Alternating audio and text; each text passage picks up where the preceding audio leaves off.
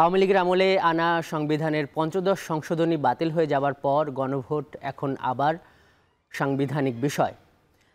আমরা দেখতে পাচ্ছি যে পঞ্চদশ সংশোধনীর পরে সংবিধানের ১৪২ অনুচ্ছেদে যেভাবে সংবিধানে সংশোধনী আনার ক্ষেত্রে সংসদে ২/৩ পাশের ২/৩ সমর্থনের কথা বলা আছে।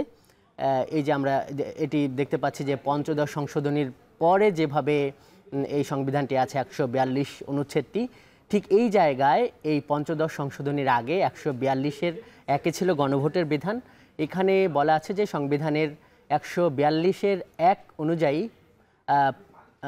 অনুযায়ী প্রস্তাবনা বা উল্লেখিত অনুচ্ছেদগুলোর সংশোধনের জন্য সংসদে গৃহীত বিলের উপর রাষ্ট্রপতির সম্মতি নেওয়ার আগেই গণভোট হতে পারে।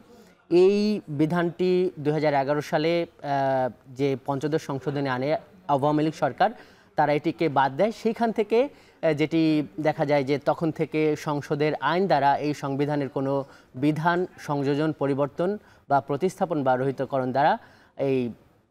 দ্বারা সংশোধিত হতে পারে বা সংবিধানের সংশোধনী আনা যেতে পারে। আমরা এই পর্যায়ে গণভোটের একটু ইতিহাসটা একটু দেখে নিতে চাই।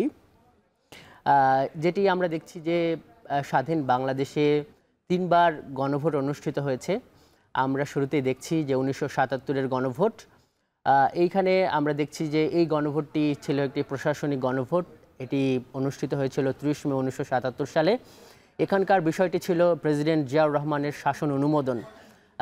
এইখানে যে ফলাফলটি আমরা দেখতে পাচ্ছি, এখানে হ্যাঁ ভোট বা এই গণভোটের হ্যাঁ ভোট দিয়েছিল ৯৮.৮%, না ভোটের সংখ্যা খুবই কম আমরা দেখছি ১.১%।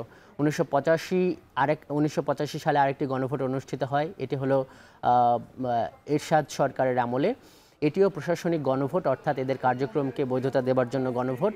এটি অনুষ্ঠিত হয়েছিল ১৯৮৫ সালের ২১ মার্চ। বিষয়টি যেটি বলছিলাম যে হুসেইন মোহাম্মদ এরশাদের ক্ষমতাকে বৈধতা দান। এখানেও একটা বড় ফলাফল দেখা যাচ্ছে যে হ্যাঁ ভোট দিয়েছে ৯৪.৫% এবং না ভোট ৫.৫%। ১৯৯১ সালে আরেকটি গণভোট অনুষ্ঠিত হয়। এই গণভোটটি আগের গণভোট দুটি থেকে আলাদা। এখানে আমরা দেখতে পাচ্ছি যে সংবিধান সংশোধনীর জন্য গণভোট আনা হয়েছিল, গণভোট দেওয়া হয়েছিল। এটির তারিখ ছিল ১৯৯১ সালের ১৫ সেপ্টেম্বর।